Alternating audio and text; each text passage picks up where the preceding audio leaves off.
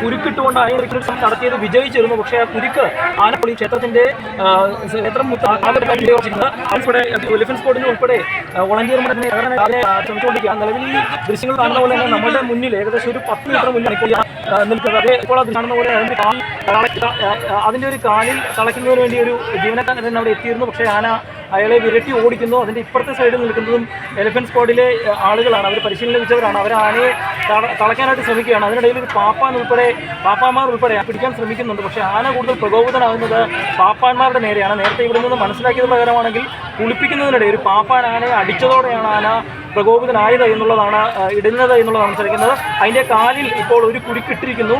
വളരെ സാഹസികമായി തന്നെ അതിൻ്റെ പിൻകാലിൽ ഒരു കുരുക്കിട്ടിരിക്കുന്നു. ആ കയറെടുക്കുന്നതിന് വേണ്ടിയിട്ടാണ് ഇപ്പോൾ എലിഫന്റ് സ്ക്വാഡിലെ ആളുകൾ ശ്രമിച്ചുകൊണ്ടിരിക്കുന്നത്. അതിൻ്റെ ഒരു കുരുക്കിട്ട കയറ് നിയന്ത്രിച്ചിരിക്കുന്നു. ആ ഒരു കാലിലെ കുരുക്ക് കയ്യിൽ കെട്ടിയിട്ടുണ്ട്. ഇപ്പോൾ ഇനി എന്താണ് ചെയ്യുന്നതെന്ന് നമുക്ക് ആന ഇപ്പോൾ നിലവിൽ ശാന്തനാണ്, അവിടെ നിൽക്കുകയാണ്. നേരത്തെ ഈ സംസ്ഥാന പാതയിലേക്ക് ഉൾപ്പെടെ ഓടിയ ആനയാണ്. അതിപ്പോൾ തിരിച്ചു വന്ന് ഇവിടെ നിൽക്കുകയാണ്. കൂടുതലും അത് പ്രകോപിതനാകുന്നത് അതിൻ്റെ പാപ്പാന്മാരെ ഉൾപ്പെടെ കാണുമ്പോഴാണോ എന്ന് സംശയമുണ്ട്. ഏതായാലും ഒരു